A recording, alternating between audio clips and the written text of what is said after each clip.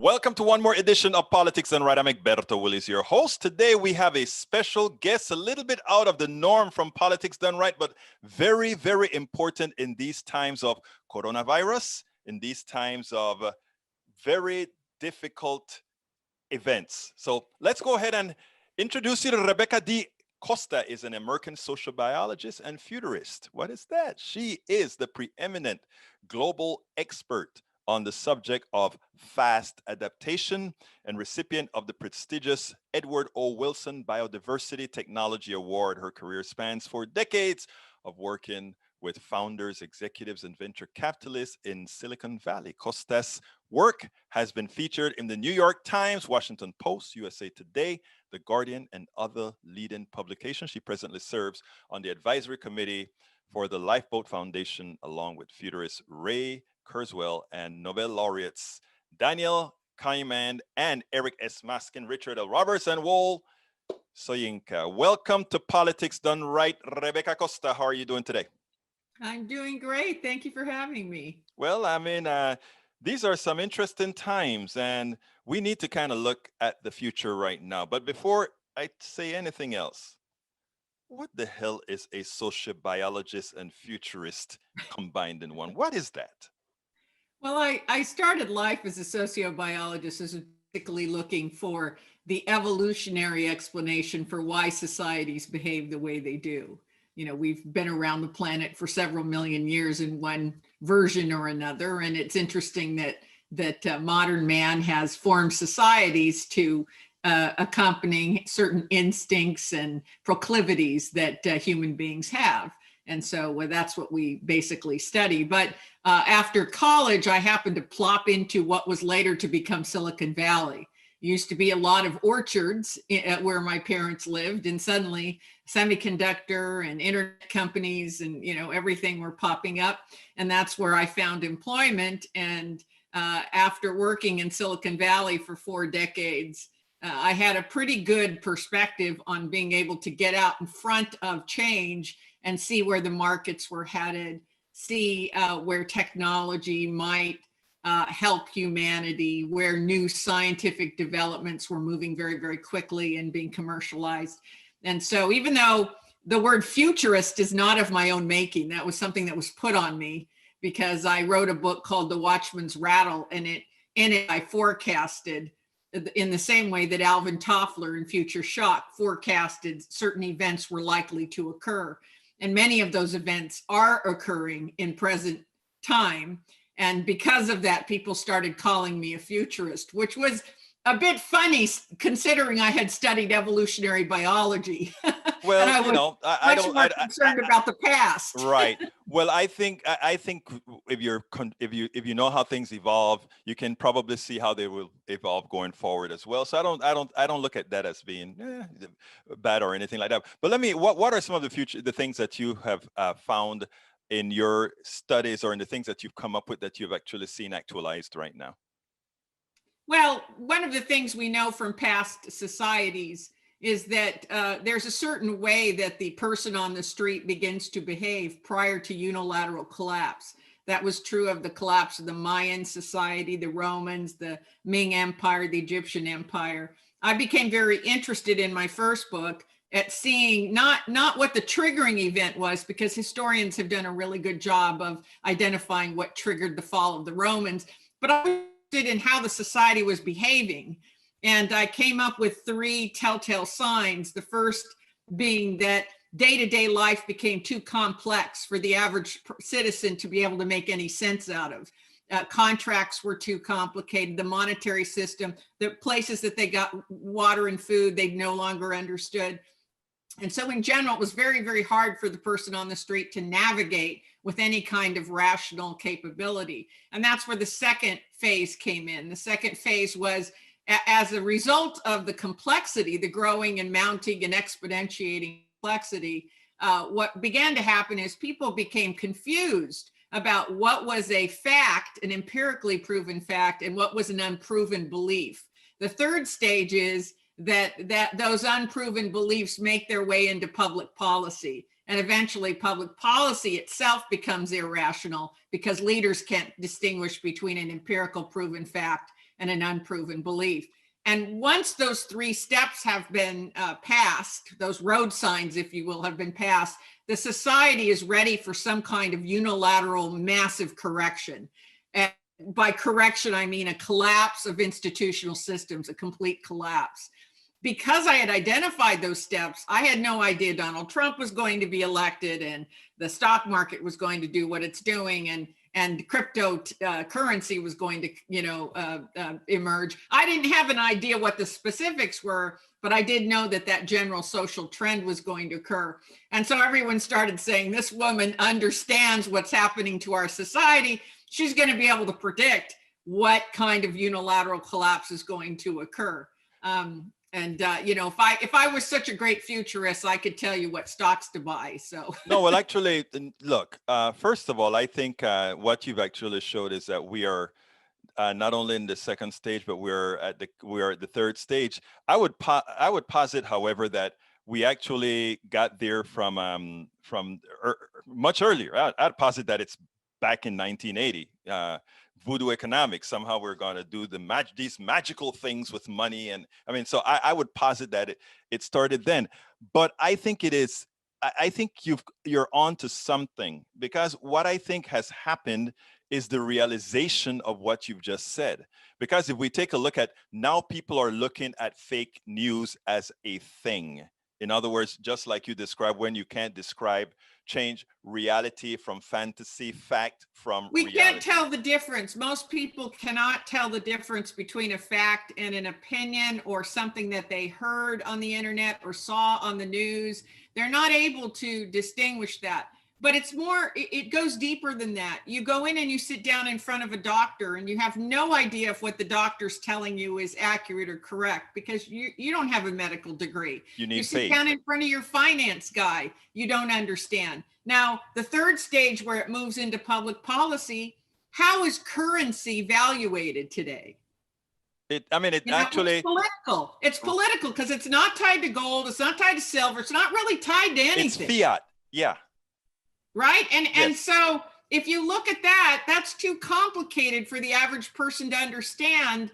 And it actually, when you really, really are honest about it, it makes no sense.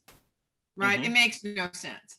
A tariff policy makes no sense. The only tariff policy anybody who believes in a free market economics should believe in is that there should be, just like nuclear disarmament, every country should stop placing tariffs on anything. That's the free market.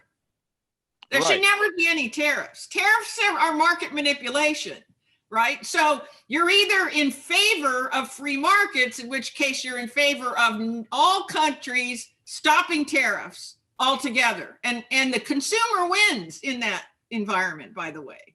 Not really. So that's a pretty radical notion, because we use tariffs as part of our I want to challenge you there, Rebecca. I want to challenge you, Rebecca. Why is a tariff-free society work, in your opinion? Well, what do you think a tariff is? A tariff is actually putting out, is a tax on something, right? It's a tax designed as a carrot or a stick. Right. Right? Yeah. We're going to put tariffs on incoming goods that compete with our own domestic production. Right. Right? So that we can be more competitive. We're gonna put tariffs on goods that are going to nefarious countries, and as a means of punishment. I mean, tariffs are political. I agree with you 100%. They're very political. They're not economic. I agree with you 100%. Where I am concerned is I guess what I am saying is I don't think there is anything that where free markets can actually work, and that's my personal belief. And I think you're absolutely right in that it's a political issue where and when tariffs are put on.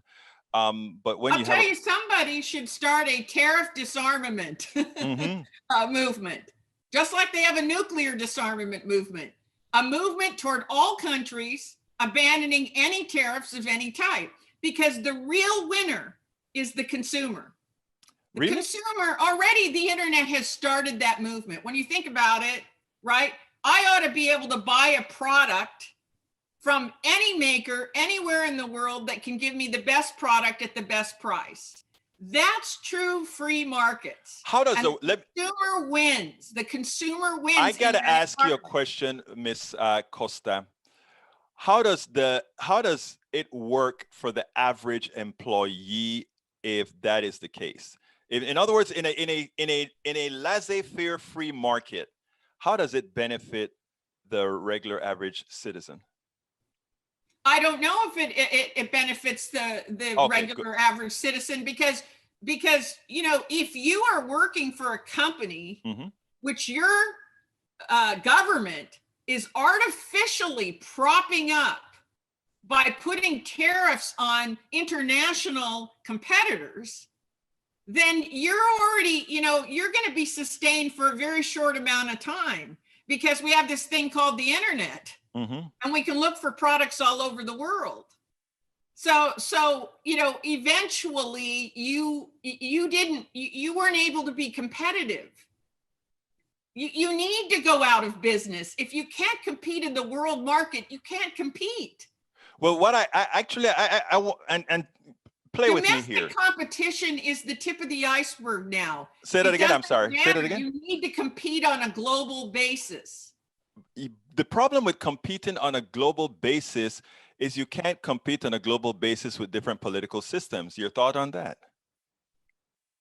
I will go back to the only fair tariff is no tariff. Okay. So if you have political systems that say, well, we're going to manipulate our domestic market through tariffs, and we're going to manipulate our foreign, enemies and also our partners through tariffs, then, maybe those people are going to sit out of the free market. But I believe that the best solution for consumers, right? And the best solution to allow the best companies to do the best is to eliminate all tariffs by all countries. So we could just start with unilateral. Let's go down your line. I mean, let's go to Europe. Those are our friends. We'll go to Europe and say, no more tariff on European goods, and you don't tariff US goods. Let's see what happens. I want to break it out to the extreme, actually, because we are so close to Europe. I don't know if that's a problem. We could break tariffs with Europe and Canada and Mexico, and I don't think that would create a huge problem. But let's go with start there. Let's start there. Let's have an agreement. Before that, though, I want to ask you something. Before we get into those machinations, I'd like you to explain to me where a country like, let's say, Vietnam, okay, who cares nothing about its water, its environment, or whatever. So their free marketeers can go ahead and pollute the rivers when they give us their shrimp and all of that. And we stay here in the United States and we have our shrimp producers as well. We can't produce a shrimp at the cost that they can produce the shrimp because we have particular regulations as far as the pollutions that we can do. Isn't a tariff the way to even that playing field to prevent that from occurring? I love the words you use. Mm-hmm. They're fabulous. Even the playing field. Yes. It's not evening the playing field. Let's strip it down to ugly words. Okay. It's punishing them because they don't abide by the same labor laws, right? And because they're harming the environment, right? So again, we're getting back to tariffs as punitive.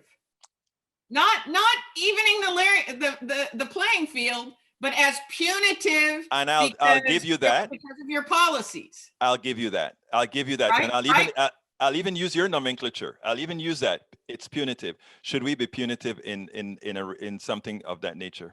Some people believe that is correct. We should punish companies and countries, right, that are not helping the environment. And are ruining the environment, and if they are have inhumane practices, we should do that. But here is the question, right? And you and I weren't going to talk about tariffs, but we kind of got. I love. Well, this is politics done right. When all right. So let's finish this. Yes. Let's finish this. here is the million-dollar questions. Yes. Are tariffs the correct way to punish? You are the futurist. You tell me. And second to that, attached to that question, right, is do they work?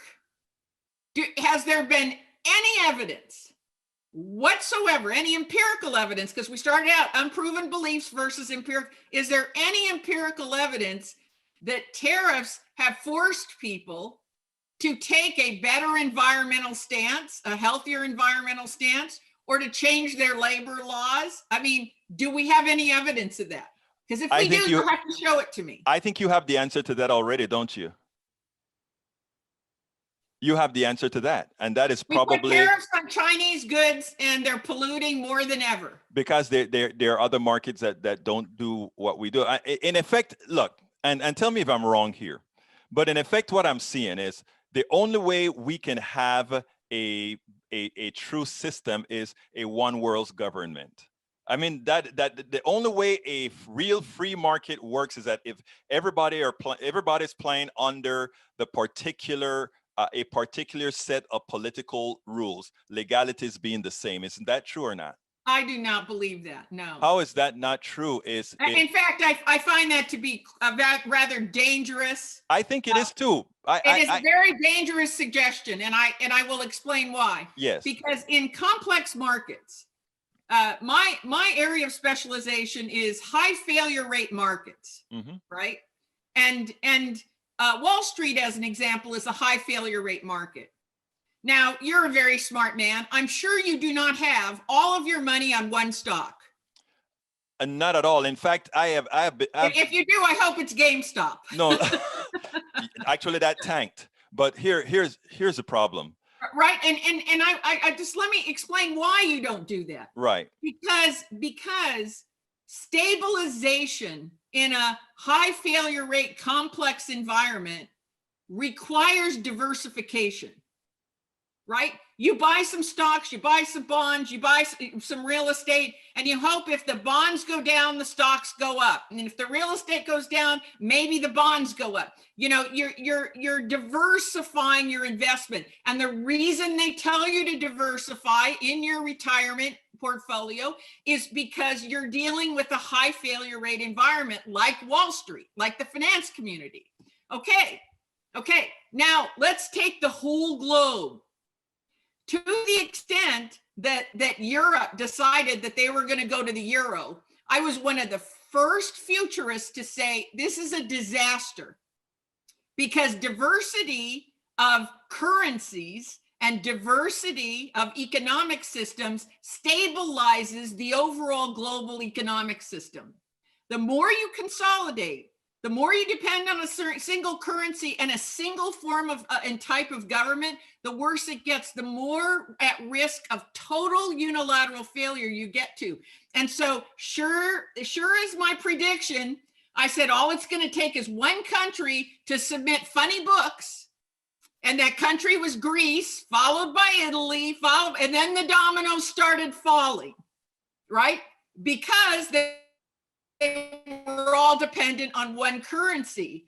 Prior to World War II, when economies looked radically different, the German economy didn't look anything like the US economy or the economy in the UK. We had much more stable economic systems. It's the fact that we've been trying to move toward these cooperative systems that really fights in the face of complexity and high failure rates. So my answer is, even though you might say everybody stop tariffs, I'm not saying join one world government or one economic system.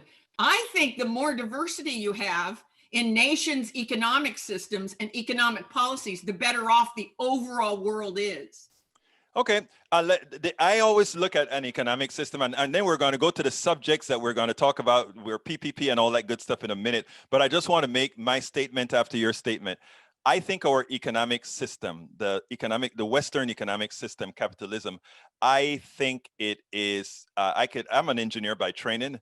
I think I can prove that it's mathematically unsustainable, period in the research and in the number crunching that I know how to do, I think it's mathematically unsustainable. And I think I agree with you that in certain areas, diversity prevents a one point of failure. However, and I think that is a very excellent thing when you have a complex system that you have one point of failure. I don't see the economy that I envision as a complex system, just like I don't see healthcare as a complex system, except where we want to have the gradations of income levels for people. What I mean by that, in other words, in crude terms, where one group of people, a small group, want to screw the majority of people to have a bigger bang for the buck. Because, like I've said all the time, if we look at America right now, there's a lot of work that needs to be done in America. Bridges need to be built, airports need to be built, people need to be healthy. All these things need to be done. Are we short of people to do these things? No, we're not. So what is the limiting factor or economic system that says, wait, if we want to do that, we have to find a way to pay it? But wait a minute, there's work need to be done and people that need a job. There's no inflationary thing because there's not money chasing a whole bunch of stuff. So I've done a model in my head that says we have a flawed economic system, but I have to live within this economic system, and you do as well. So let's go ahead and talk about this real economic system that you have been speaking about that says, hey, our government is screwing people and we need to do these 4 things. What are these 4 things we need to do, Mademoiselle Rebecca? First of all, your listeners will find it very interesting that you're an engineer by training. I'm an evolutionary biologist and technology and science futurist, and we're talking about public policy. Imagine that. Yeah. So I think I think the thing I need to say is we've got all the bases covered here, folks. Listen to this podcast, tweet it, get it out there because we got all the bases covered. Yes, we do. And you know what? Let me just give you a kudos here. I love you make people think. In this first 22 minutes or so, and it's supposed to be 22 minutes, but we're going to do the full Monty. Listen to me. You make people think, and I think it's important that's going to make this particular episode quite interesting. Well, it's a funny thing that my friends are often really confused by me because when we're having big dinner parties, necessarily we get into these conversations. And somebody will, I'll argue a certain point, like the tariffs maybe, and someone will bring up some fact and I will immediately abandon my position if it's wrong. Mm-hmm. So while I'm very passionate, if you give me facts that prove that I'm wrong, I no longer try to defend myself. And that's why we get along. Very confusing for some people. They go, well, but 5 minutes ago you were saying this. And I said, yes, but you proved me wrong. That's why we get along. Hold on to the wrong position? It makes no sense. So let's talk about the reason that we're having this conversation today. We have all the bases covered because while I don't normally talk about public policy in Washington, D.C., because of this past pandemic, I see us heading in a very, very dangerous place just within the next 6 months. So I felt I usually do, my forecasting 2, 5, 50 years out. So this was very different for me. But I imagined for a moment that the government had called me up and, and said, hey, I want to talk to you. What's on the horizon the next 6 months that we ought to have eyes on now, that we could fix now? And I came up with 4 things. I'll tell you what they are. First, unemployment benefits are taxable. Now, I call this a kick in the gut when people are down. The people that are unemployed aren't unemployed through their own fault. They're unemployed because we had a government shutdown. Their businesses shut down, their jobs went away, they got on unemployment. And a really interesting thing is going to happen. Right about the time they get that alleged stimulus check, the government is going to get the stimulus back in the form of taxes on unemployment benefits, both federal and state. I find this to be such a ruse. It's a ruse to say the unemployed are getting stimulus because the people who need that stimulus the most are unemployed and they're going to be hit with a tax bill in April that they cannot pay, and they will have to use the stimulus money. So, this is kind of I'm going to give you the money as a government, and now I'm going to take it back. And I just feel this is immoral and wrong, and a very, very easy fix. All the government has to do, state and federal, is say unemployment benefits are not taxable for 20 and 21. Very simple fix. I think that ought to be a bipartisan initiative that everybody could get on top of. Second thing, mortgages. People are 6, 8 months, a year behind in their mortgages and also their rents. Now, people find it very shocking that my grandmother in Japan, she had a 99-year mortgage. In Asia, it's not uncommon for them to give you 100-year and 99-year mortgages that your family can assume. Oh, okay, yeah. They're not trying to get you to pay your house off in 30 years or 15 years. That to them is just completely unrealistic. And so these people that are behind, this idea that they're going to, eventually these moratoriums on evictions and foreclosures, they're going to go away. And in fact, the more you extend them, the worse the situation gets for these people. How the interest continue to accumulate. Right. They're accumulating interest. They're accumulating payments they can't make. And so we're headed toward massive foreclosures, all of the subprime mortgage fiasco. We're headed in that direction all over again. Very simple remedy. I talked about this before, the subprime mortgage fiasco, and I'm talking about it a second time now, which does not make me particularly happy. But let me tell you what they need to do. They just simply need to make it possible without interest, without trying to sneak in any fees, I got you fees because I got you over a barrel and you can't do anything about it, but make it cost neutral for people to extend their mortgages out 2, 3, 4 years and make up those payments on the back end. So no harm, no fault. This is really, really important because it leads us to the third problem. The third problem is your credit takes a whack. Now, when your credit gets bad, it takes you years to dig out. And people who are unemployed and can't pay their taxes, and the IRS are going to lien their homes, right? And lien their future paychecks. Once you can't pay your taxes, it's fair game. Number 2, you're behind on mortgage payments. Those get reported to credit bureaus. You're probably behind on other credit card payments because you probably borrowed off of credit cards to stay alive. So now what's going to happen? Now your credit is going to go in the dumper. And now many employers check credit scores before they will hire an employee. So we got a piling on that begins to occur, right? Plus, in your credit card contract, you can check this. Every credit card company has this. When your credit rating changes with Experian or one of the large companies, they're allowed to raise your interest rates on your credit card. So here you have borrowed to stay alive, borrowed maybe to pay your taxes on unemployment benefits. Your credit rating has gone bad. Now the credit card companies are allowed to raise it, and there is no limit to what they can raise it. There is a credit card in South Dakota that charges 98%. You can look it up. There is no cap. There used to be usury laws in this country. They don't exist anymore. The last item is one to help stabilize small businesses. It doesn't help small businesses that they're sitting there waiting and wondering if there's going to be another payroll protection initiative. How long? Are they qualified? How much can they get? This does not help businesses. Businesses don't run well that way. They need to be able to plan. They need to be able to make sense of the future. And the only way to help them in these uncertain times is allow them to draw down on a government-insured PPP line of credit. That way they, a very low interest, maybe zero interest. I'm not an economist. They could figure that out. But if you had a line of credit, businesses could draw down only what they needed right now, and they could pay it back as they go.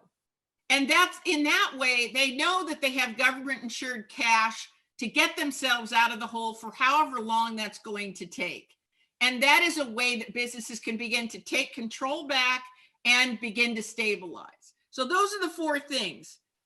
Make unemployment benefits not taxable, extend mortgage contracts, get a rein on credit bureaus and credit card companies who will raise interest rates based on changes in credit scores, and PPP lines of credit rather than these PPP 1, PPP 2. Congress should just look, we're going to set up lines of credit for businesses. They can draw down what they need when they need it. Senator, those are the four things that are going to hit us in the next 6 months if we don't do these things. I think in the future we should be calling you Senator Costa. What do you think? I would never want that title. Actually, no. I mean, those. I read them when you posted them, and I thought those were excellent points. And I think it doesn't take rocket science to figure out that is probably where we need to go. I tell you, earlier on in when the pandemic started and the government wanted these places to close, I was in complete agreement, and I said one thing. However, I think if a government asks a business to close, that they should put not a pause, but it's a stop. It's like a frozen point in time.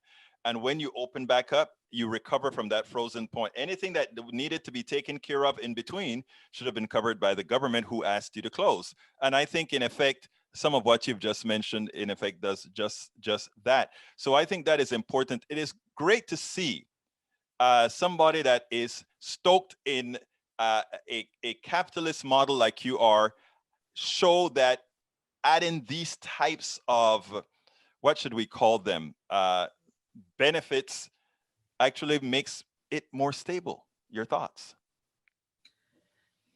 I'm a pragmatist. I'm for simple, elegant solutions that work. That's all I really care about. This has not served me well in my corporate career. Believe me, I am not good at politics. Mm-hmm. I'm not good at winning people over to my side. I'm not good at doing what's in my own interest. What I'm good at is looking at what's the simplest, easiest thing that we absolutely know will produce this outcome. And that's what a scientist does.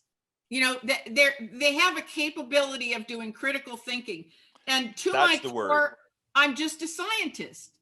I'm just a scientist that is looking at things and saying, look, we don't have to wait till people's tax bills are due. Right. We don't have to wait till credit card companies pile up on them.